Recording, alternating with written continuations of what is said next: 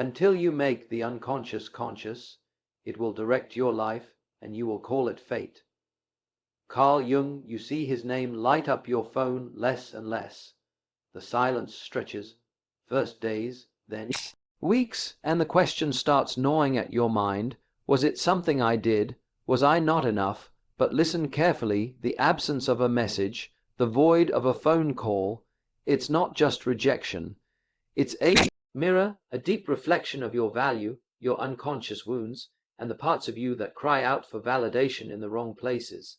In that silence, what you're really facing is yourself. This isn't just about him. It never was. It's about the part of you that believes love must be earned, that being chosen gives you worth, that attention means you're finally seen.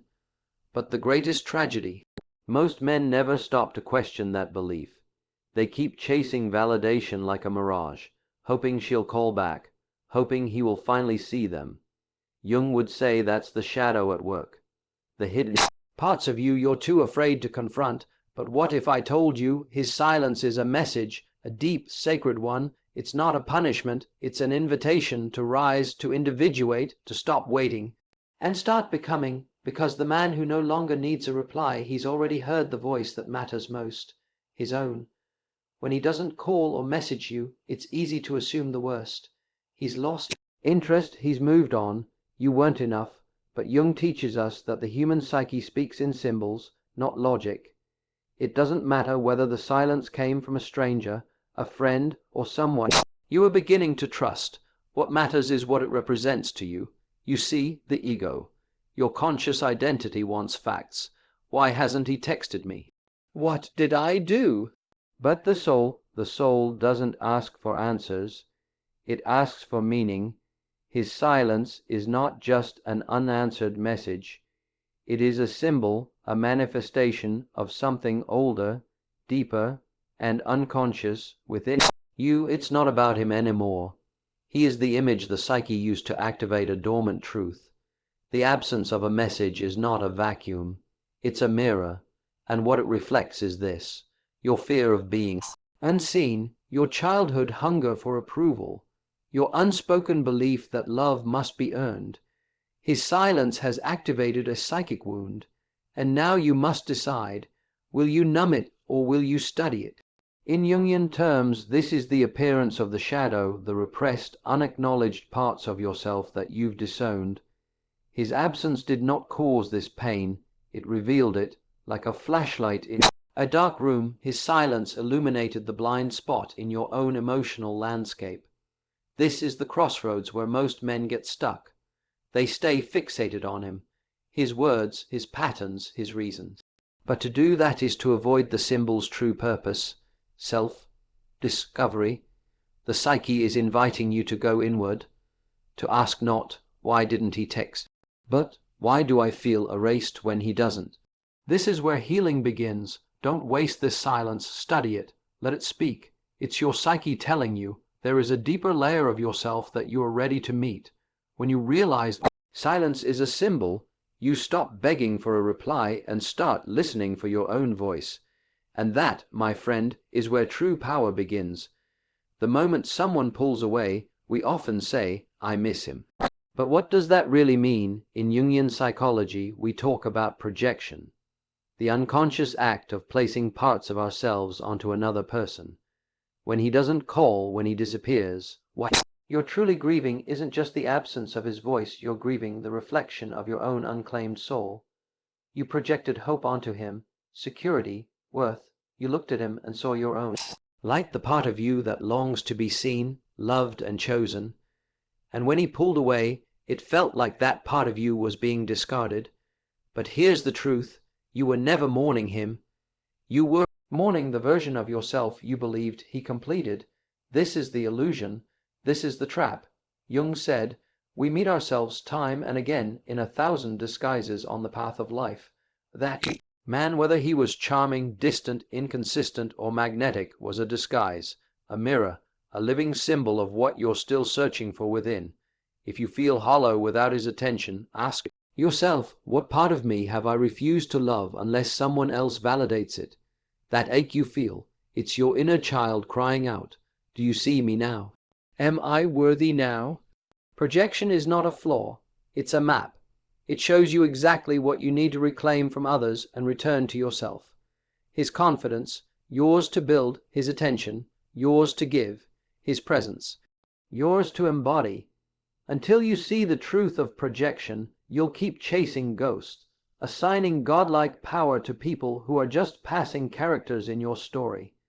You'll continue to lose yourself in others, trying to find the parts of you you've been too afraid to own.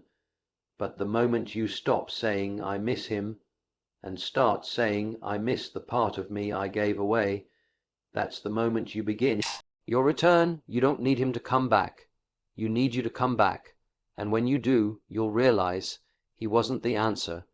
He was the trigger that led you back to the man you were always meant to be. You've been taught to avoid pain, to suppress it, override it, distract yourself from it, to move on quickly, to act like nothing ever touched you.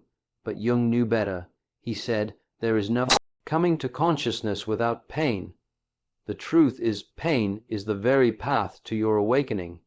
When he doesn't message you back, and the silence settles into your chest like a weight, that ache is not something to get rid of, it's something to feel, because within that emotional wound lies the key to something deeper. The unhealed boy inside you who was never taught how to sit with himself. You may feel humiliated, discarded, or invisible, but those are not new emotions. They are old ghosts, reawakened by this present event. That's the beauty of the psyche. It uses external moments to expose internal truths. Your wound has returned, not to harm you, but to be seen at last. This is what Jung called the path of individuation, the process of becoming whole, and no man becomes whole by passing his wound. You must descend into it, not to drown, but to find yourself at the bottom. We are a culture that glorifies the stoic man, the silent man, the man who doesn't care.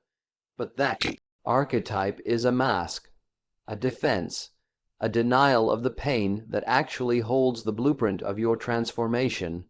Your heartbreak is not your enemy, it is your mentor. You don't need another distraction. You don't need another temporary fix or casual fling to prove you're still desirable. What you need is courage, the kind of courage that walks straight into the pain and asks, "What are you here to teach me?" Because here's the paradox. The wound you're avoiding is the womb of your rebirth. What breaks you now is preparing you for a deeper strength, a strength that isn't built on ego or validation, but on knowing who you are when no one's clapping, when no one's responding, when it's just you and the silence.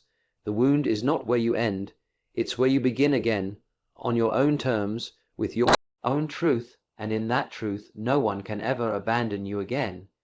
You've been taught to chase affection, attention, validation, to prove yourself, to win love as if it were a trophy. But Jung didn't believe in chasing, he believed in becoming. What you're truly longing for isn't someone to respond to your message. You're longing for wholeness, for the sense of being enough without external approval, and that doesn't come from chasing others. It comes from individuation. Individuation is the process of becoming your true self, not the persona you crafted to fit in, not the role you played to get love, but the man underneath it all, the one who is whole, even in solitude. When he doesn't reply, most men spiral, they obsess, they scan for signs, they wait, but the waiting is not really about him. It's about the internal belief that says, I am not complete until someone else confirms I am enough. And that belief is the real prison. Jung taught that the goal of life is not happiness, it is meaning, and meaning comes when you stop living reactively, shaped by who stays or who leaves, and start creating from the core of who you are. Chasing is a symptom of disconnection from the self. It's what you do when you've abandoned your own inner world. So stop chasing texts that don't come. Stop shrinking yourself to fit someone's expectations. Stop giving your energy to people who haven't earned your soul. Instead, go inward. Ask, who am I when no one is looking? What do I stand for when no one's validating me? When you start individuating, something powerful happens. You no longer wait to be chosen. You choose yourself.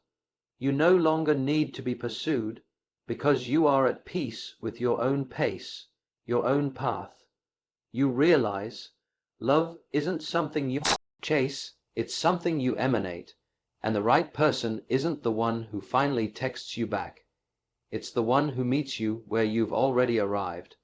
The man who individuates stops chasing not because he gave up on love, but because he finally remembered he is love, and no one can ghost a man who's already come home to himself. At first, it feels like abandonment. You reach out, you show up, you offer something genuine, and it's met with distance, silence, or disappearance. It hits you right in the chest, the way it always has, and the narrative writes itself. I wasn't enough. I've been left again. But Carl Jung teaches us that what seems like fate is often the psyche correcting your path. You're not being abandoned, you're being redirected. We all carry internal maps etched by childhood, trauma, culture. Many of us are drawn compulsively to people who reflect our earliest wounds, people who are inconsistent, emotionally unavailable, or unable to truly see us. And yet, we chase them, not because they are good for us, but because they are familiar. That's not love, that's repetition. That's the unconscious playing out old stories until we decide to rewrite them. So, when he doesn't message back, when he disappears after a deep conversation or a moment of closeness, it's not a reflection of your worth. It's a cosmic redirection away from the familiar pain that you no longer need to carry.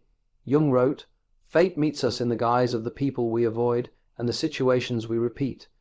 But if you're paying attention, you'll see that these patterns aren't punishments, they are lessons, and when you finally learn them, you're no longer bound by them. The man who takes the silence personally will stay stuck in the loop, but the man who sees redirection will begin to walk a new path, one that isn't rooted in scarcity, in trying to earn love, or in proving himself to people who cannot meet him. This is your initiation. You are not being cast out. You are being called into a higher standard of self-worth, into boundaries that honor your value, into relationships that align with your becoming. What looks like rejection may be protection. What feels like loss may be life saying, "Not this time. Not this way." And what appears to be abandonment is often just the beginning of coming home to yourself. Every hero's journey begins with a fracture. Something breaks, something is lost, someone disappears, but that rupture, it's sacred. Jung believed that every human life is a myth in motion, and most men spend their lives unknowingly playing side characters in someone else's tale, waiting to be saved, waiting to be chosen, waiting for a message that never comes. But the moment you realize that you are the author, the architect of your own becoming, everything changes. The silence you've been tortured by, that wasn't an ending, it was the threshold. It's where the real story begins, not the story they expected of you, not the one society scripted for you, but the one your soul was always meant to live. When he doesn't call, when she ghosts you, when the world turns away, don't just sit in that silence hoping. Create. This is the chapter where the man picks up the pen and stops begging to be written into someone else's narrative. This is where you become conscious of your myth. Jung taught that we're all born with a pattern, a deep psychic blueprint that longs to express itself. But that pattern will never unfold while you're stuck in other people's scripts. You have to claim it. You have to say, "This pain is not the end. It's the plot twist that awakened me." So write it. Write the story where the man didn't crumble because he was left on read.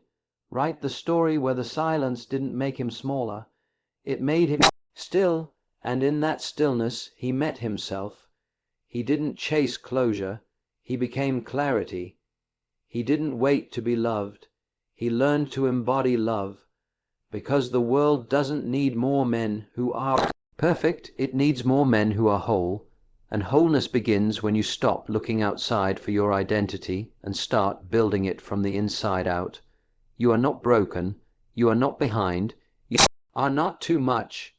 You are the myth unfolding and your greatest love story.